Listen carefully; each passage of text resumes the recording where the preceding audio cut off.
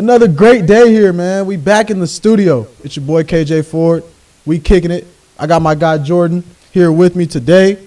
Man, I want to talk about Arkansas, man. Oh yeah! Woo! Oh yeah! Let's go! The boys are back in town. Yeah. Let's go! What may say? Welcome back. Yeah. We doing it. Come on. This time, Johnell Davis them stepped up. Wagner them stepped up. We went to Austin last night and pulled off the big-time victory. Blew them out in the first half.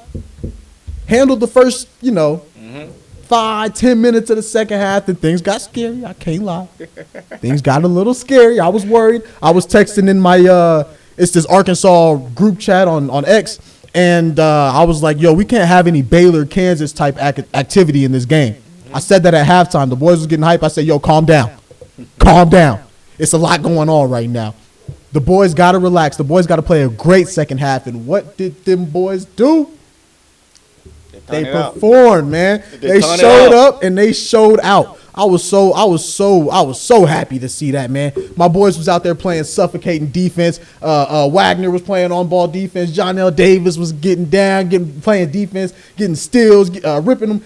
The first half was crazy. It looked like a crazy 8 a.m. AAU game, okay, with one team being way better than the other. You know, when the 14U team is playing up and they playing the 16Us and the 16U dude got the dude that looked like he about 19, 20 years old and it's 8 in the morning and he just jamming at about 7:45 in warm-ups, okay? And you just know what it's about to, yeah, okay. That's what it was like.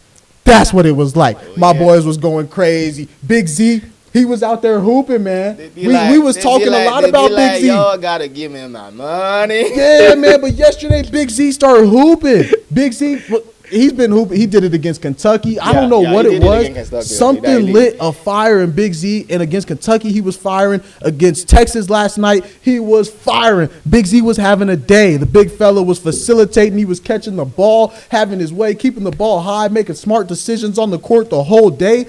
Johnell Davis, our boy, the one we've been saying, hey, we gave you a meal and you was kind of robbing us, bro. But lately he's woke up. Ever since Boog went down, I think the switch flipped, excuse me. He understands that he has a green light. Mm-hmm. Things are different. This is back when you was at Florida. You got all these elite guards now. You got a good big fella in the paint. Okay, have your way. Do your thing. Lead this team. Lead this team. Be the grad transfer that we brought you in to be, and he's doing that, and we have hope, okay? Wagner looks good as our guard. He's bringing the ball down the court. He's doing his thing. He's controlling the flow of the game. He's listening to Coach Cal, getting us in the sets that Coach Cal wants us to be in. We're looking good, man. The team is more there. The team is more it's sad to say, but our team is flowing, and we're playing better as an offense now that Boogie's out. And that's not because Boogie's a bad player. Boogie's one of the best players in the country. I think Boogie's a top 5 pick, in my opinion. But the problem with our team and the way that we were using our talent is that we were relying on Boogie to get too many buckets. Okay, we were coming on the court, maybe swing the ball 1 or 2 times, get going with the shot clock at about 10, 15 seconds by the time that we actually get our set going, and Boogie is a scoring point guard, okay? That's what Coach Cal loves. You look at John Wall. You look at all the Tyler. You look at all these past guards, okay?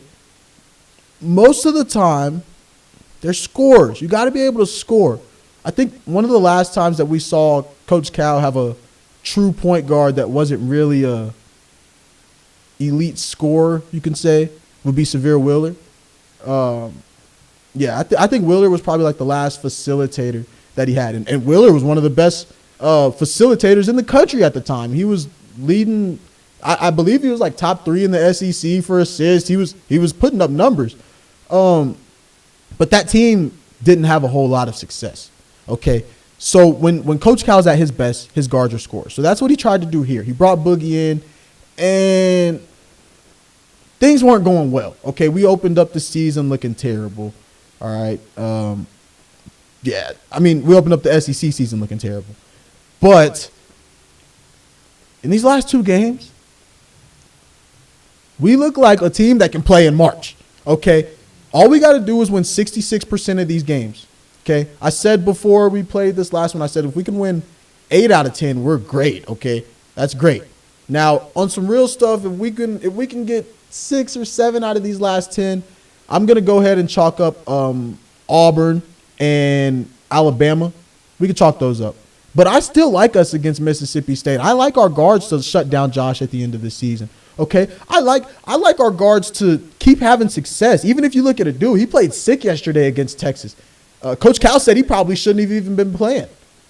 But he was out there hooping, doing his thing, running around, making plays. And Texas is a good team. Okay, we shut down their guards. We shut down Trey Johnson, I believe is his name. Texas missed a lot of shots. Okay, we have to take that into account. Texas did miss quite a few shots that we're not used to seeing them miss. A lot of their star players didn't play all that well, and they only scored 24 points in the first half. Okay, that's not something we're used to seeing from this Texas team. But hey, you have to credit Arkansas. They came out with a great game plan. We spoke about it prior to the game. We said, hey, if Arkansas comes out firing in this game, this is one that we can steal on the road.